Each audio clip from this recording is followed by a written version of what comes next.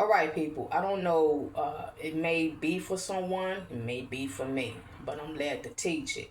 Okay, if you're praying for elevation in this wicked world, you're praying to God to get you out of circumstances and you want your own business, you just want to grow, period. Now, Matthew 25 chapter, verses 14 through 30 is the parable of the talents. If you read that, you may not understand what Jesus is saying.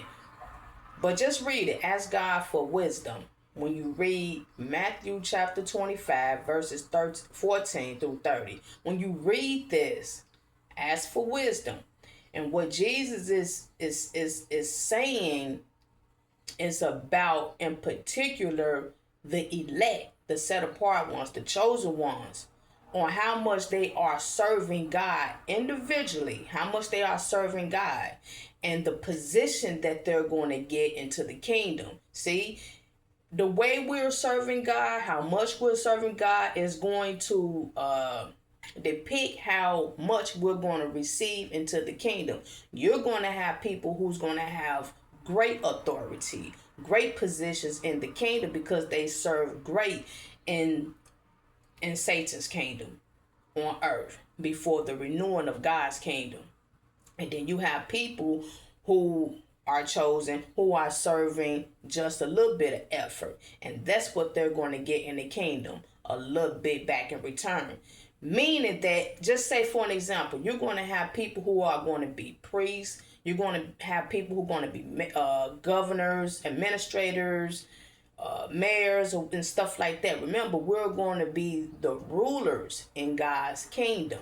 We're going to be rulers, and the vast majority who would then receive salvation during the second resurrection is going to be the citizens in God's kingdom. It's deep, but right now is going. We're being determined right now what positions we're going to have in God's kingdom.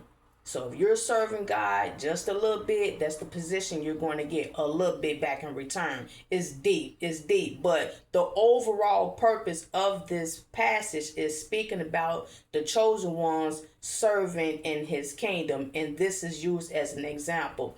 Now, okay, cool. This is used as an example. So let's talk about the things in this world for those who want to elevate, those who want to become their own business, and you know they're lacking the funds. And listen, if you're trying to accomplish this blessing with owning your own business and coming out of the rut, trying to get bigger and better things and serving the purpose and helping people, but you lack the funds and you have a little bit now that you're struggling with and you just praying to get out of the financial jam.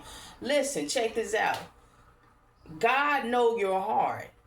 So if you're praying for things and you know that God is going to lead you to that blessing, you can feel it. You know, people say, man, how you grow faith? How you have faith? And I'm being taught that faith is not alone a feeling. But what I'm saying is you just know. You have that much faith to know that God will provide and bless you with this elevating purpose. You see what I'm saying? So if you have just a little bit in your bank account and you know you need that little bit for your bills or for some type of necessity, but you're being tempted to take that little bit and spend it on your pleasure, God is watching you. God is setting everything up in motion to test you, to see how you're going to behave with just the little bit that you have. If you true to being responsible when you're praying for all this big money or whatever, elevation, yeah, you're going to be tested. Yes, what is going on? Yeah, he's testing you. That's it. And if you're going by your own understanding because you're upset things is not moving in your liking, your timing, you're going to take matters into your own hand. You're going to go by your own understanding and you're going to make stupid decisions and you're going to overspend. You're going to be dipping. You're going to be dabbing. You're going to be getting credit cards. You're going to be so impatient that you're going to push yourself back and further into a ditch. And you're going to be praying along to even get out the ditch to continue on with the process. Hallelujah. To continue on with the process with the testing that God has to put you through for that elevating blessing. You see what I'm saying? That's the reason why we have to be patient and humble. Pray 3 times a day. Have the faith and wait and know everything that is happening within your life. It's not to my liking. I don't like what's going on. What is going on? God hate me right now. No, he's testing you. You have to understand whatever is going on, and you know that this is not it. You have to understand that it's a test. Like, okay, this is not it right here. Well, you have to understand something. God is testing you. Yes, everything that goes on in your life, people say, what God got to do with it? These are people who don't even believe in Jesus. God has something to do with everything. That doesn't mean that he's actually doing the bad. No, he's not doing bad. He's allowing it, but God is involved. Like, real talk, God give everybody free wills, free choices. That's God's doing. You see what I'm saying? But our behavior speaks volumes. Just because God has given you free will, that doesn't mean you just take upon yourself and say, well, I'm just going to do what I want to do. Well, you having free will, that doesn't mean that you have the right to be stupid. Having free will doesn't mean that you have the right to be evil. Having free will doesn't mean that you have the right to be disobedient. You see what I'm saying? If people go out here and say, well, I have free will, I'm finna go rob this bank. I got free will. I do what I want to do. But yes, the choices that you make comes repercussions. If you do right in God's sight, blessings come. If you do wrong in God's sight, curses come, period. And some may say, well, when I do right, it take long to get my blessing. I take my chances of doing wrong. I may go to jail or this may happen, but at least I get what I'm trying to get temporarily. Yeah, but okay, if robbing banks, you getting a couple $1,000s and you know in the back of your head you're going to get caught, or this may come about, somebody going to snitch with this honor amongst things, which is really dishonor amongst things, so somebody going to snitch, and you just got that in the back of your head. So, well, you don't have no peace after you done robbed the bank or whatnot, or either robbed Susie. So now you're walking around discontent, but yet you got a couple $1,000s in your pocket because you just know one day impending doom is coming. That feeling of impending doom is coming because you finna go to jail. Why you want to live like that? So you take your chances of just doing right, humbling yourself, because in the midst of humbling yourself, God is changing you so you can be ready for that big blessing that he's going to give you. Real talk, that's what it's all about.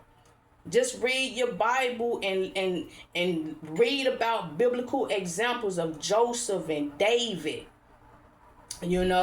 So basically, let's just take instance James 4:3. Well, let's do Luke 16:10. Come on, y'all. Whoever can be trusted with very little can also be trusted with much. And whoever is dishonest with very little will also be dishonest with much.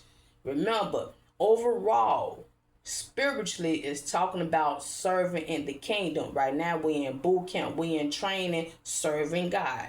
You got people that's serving God up here, and you got the chosen ones that may be serving God at this level.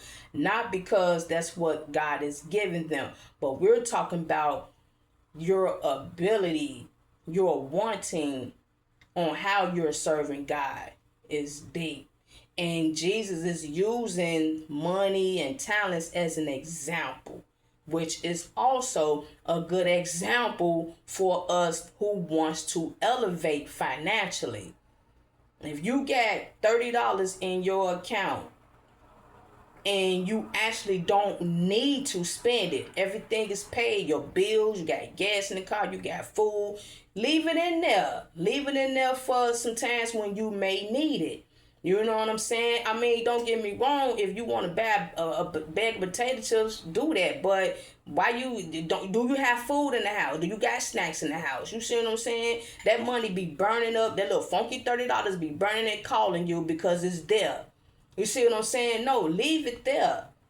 And then as soon as you start spending, you're going to be spending a little bit by a little bit. Next thing you know, it's all gone. Well, and your man going to be telling you, well, you get paid in 3 days. Well, you get paid Friday. And so you can spend it all, but you're going to spend it on what? You don't even need it. So we take the little $30 and go buy whatever we want.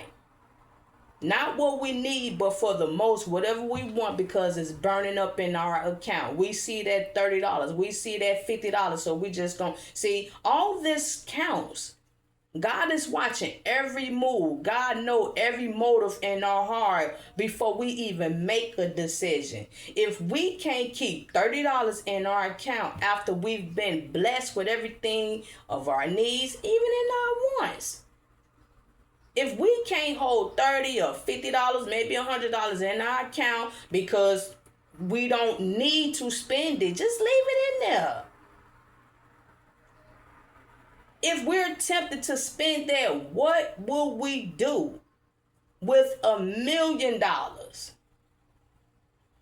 It ain't nothing like a fool who always say what they would do with $1 million and they never even had it. They never had this money, but they would sit down with their crew, with their relatives, and always scream about what they would do once they had or received $1 million. Lying to ourselves, because this may be things that we want to do, but God know our heart. God know our motives. Once we get it, everything that we even said and thought of what we would do with that $1 million has gone right out that window, and we doing what we want to do. You see what I'm saying? So yes, Luke 16:10. This is for people who is praying to elevate, who's praying to be able to get their own business. If you can't handle what you have right now, you're not going to be able to handle much at all. So whoever can be trusted with very little can also be trusted with much. And whoever is dishonest with very little will also be dishonest with much.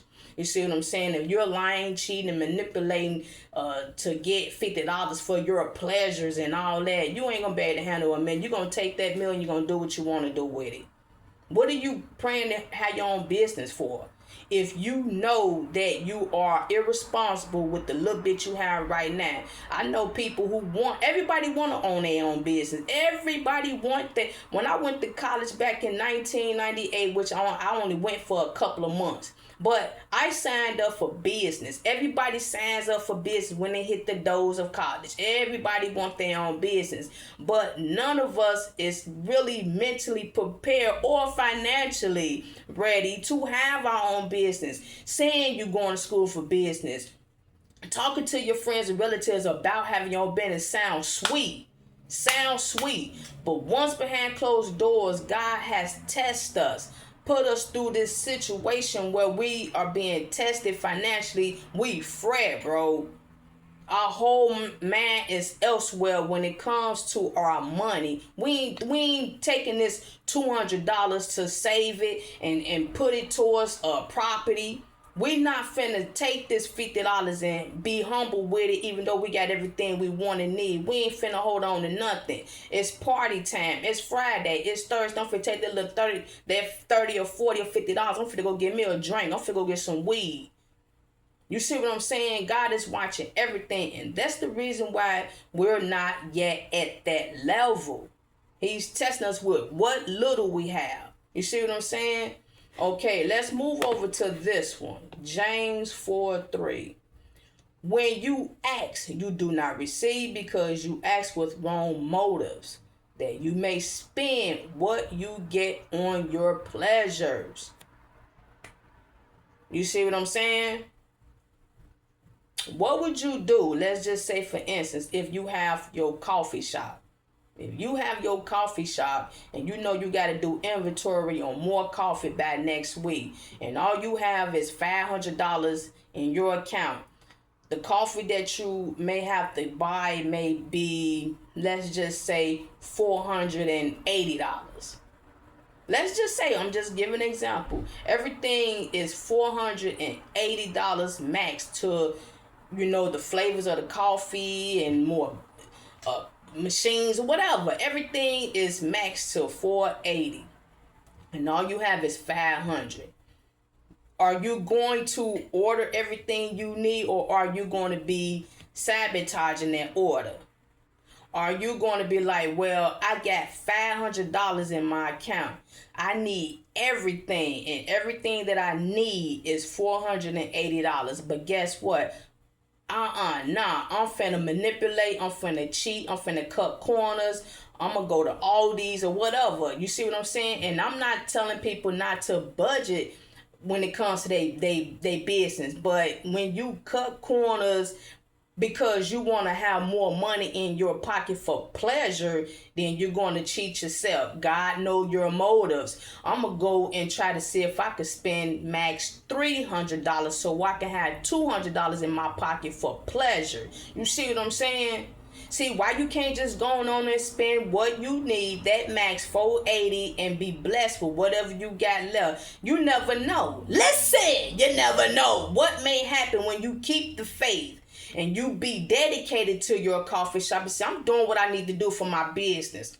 Spend that 480. Next thing you know, you may have all type of discounts, and you came out with 300. You came out with 280. Everything you need, and you still got more left. You see what I'm saying? That's because God see you. God know you. And that's with that, he's going to continue to bless you because he trusts you with little. He trusts you with much. People, you have to understand, I've been working at Burger King, McDonald's. I worked in fast foods like ever since I was 16 years old. The last time I worked at it, I was 37. 37. I'm sorry, y'all. I'm tweaking. No, I was 47. I just turned 48 this year. I don't know why I said 37, but 47, right? So, okay, cool. From 16 to 47. Listen, let me tell y'all something. I've been around managers who always shenanigans ordered what they need. They cut corners. Oh, I can go without that. We still got old buns in there that we gonna use up. What you mean? Those buns is outdated. Those buns is hard. Well, we gonna nuke it in the microwave and all. So the workers gotta put up with all this shenanigan, nuking things and sabotaging the food because it's all we got to hurry up and get rid of. We got to change the dates and all that and switch the all that carry on in the fast food. Come on, y'all. But what I'm saying is these managers cut corners because the less that they're capable of spending, the more that they get in their pockets. The managers get the money, is what I'm saying. So they rather cut corners, manipulate, go without, and all that. Well, we need ketchup. They can go get their own ketchup. They can use jelly. Who cares? Oh, well, we're going to need extra. We're going to need mayo. Well, no, we're going to scoop up what that is, and we're going to get the packaged mayo over here instead of order because that's going to cost them. And it's all by the end of the day because they're trying to keep the money in their pocket. The less that they spend, the more that they can get because they're being trusted to have all this money because they're good with balancing, but the money is going in their pocket. Yes, it is. So they'll rather cut corners for Burger King, McDonald's, White Castles, so they can walk away with the money in their pocket. That's shenanigan. And when you keep doing that, you're going to eventually fall down. You're going to eventually cost the business, cost the store. People are going to be complaining about old food, old sour mayo, or whatever. They're going to be complaining because God is going to eventually allow your shenanigan become exposed. Period. Because you are shenanigan with your position as a business owner, as a manager. It may carry on for a long time because God allowed people to try and change. People know what they're doing is wrong. So God is a patient God. He does things to see if you're willing to change. You know what you're doing. He know you know what you're doing. So are you going to change? No. People take God's patience and time of them constantly doing wrong as permission. As permission. I've been doing this for 10 years. I'm permitted at this point. to continue to steal, manipulate, cheat, and it goes on until they're breaking. And then once people become broken from their wicked behavior, of course they fall victimized and shift blame and start telling on everybody else who yet didn't get caught. So you don't want to live this type of lifestyle, people. Get it all out of you right now. Go to God and say, God, give me the strength to not behave this way throughout my own business or the elevating moment of my life. Bless me to stay humble, stay in the right lane of righteousness. You see what I'm saying? And when you do that, when you allow God to break you, preparing you for these blessings, you're going to be blessed. You're going to be blessed. Thank Him. And then when you do right, He's going to continue to help you throughout your life, elevating you. You see what I'm saying? So people, yes, James 4:3, when you ask, you do not receive because you ask with wrong motives, that you may spend what you get on your pleasures. Before I go, and then you have Luke 16:10. Whoever can be trusted with very little can also be trusted with much. And whoever is dishonest with very little will also be dishonest with much. Now, before I click off, take for example, we've all done this. Let's just go with income tax time. November, December, January, between November and January, we always talked, or people always talk about what they're going to do when they get their $6,000, $4,000. $1,200. They always talk about, or we always talked about what we're going to do when we get this money from the federal, from the states, or whatever. And then once we get it, for the most of us, we've done this. When we get $6,000, guess what we do with it?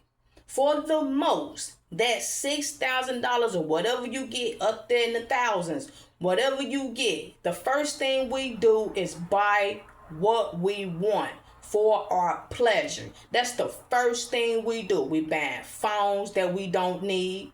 We just want to keep upgrading because we want to be materialistic and part of the world. They want a 2027 phone, a 2028 phone stun, and don't even need the phone. You got a 2025 phone. Why you not content with that? Why you spending $800 on a phone that you don't need? You're buying TVs. You got a 55-inch. I don't want no 55-inch no more. I want me a 75-inch now. I want me a 85-inch projector TV or whatever. Why? You don't need that. We spending $2,000 on something that you don't even need, and then you're praying to myself you want your own business. This is at the same time, people. You get your income tax, your bad cars, and well, my car is decent, but I'm getting tired of the wheel turning when it wants to. Go get it fixed then. Why you spending another $5,000? If your income tax is like $8,000, why you spending $5,000 on a new car when you really don't need you don't need it. You don't need a new car. Just fix what's going on until things get situated in life. Right now, you cannot afford that.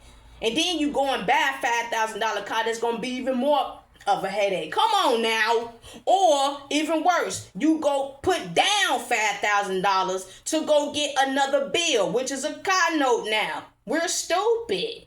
We say, man, when I get my $5,000, I'm going to try to invest in this. I'm going to try to go put half up, and I'm going to just do this. I'm going to spend $100 a week and yada, yada. And then as soon as we get it, like, ching, and then all that is thrown out. But God already knew what was in our heart. God already knew. You better ask Peter and Judas. Huh?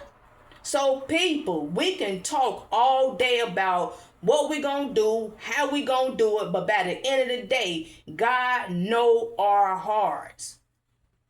And God know. We can say, man, when I get this is what I'm gonna do. When I get that, that's what I'm doing. What you doing now?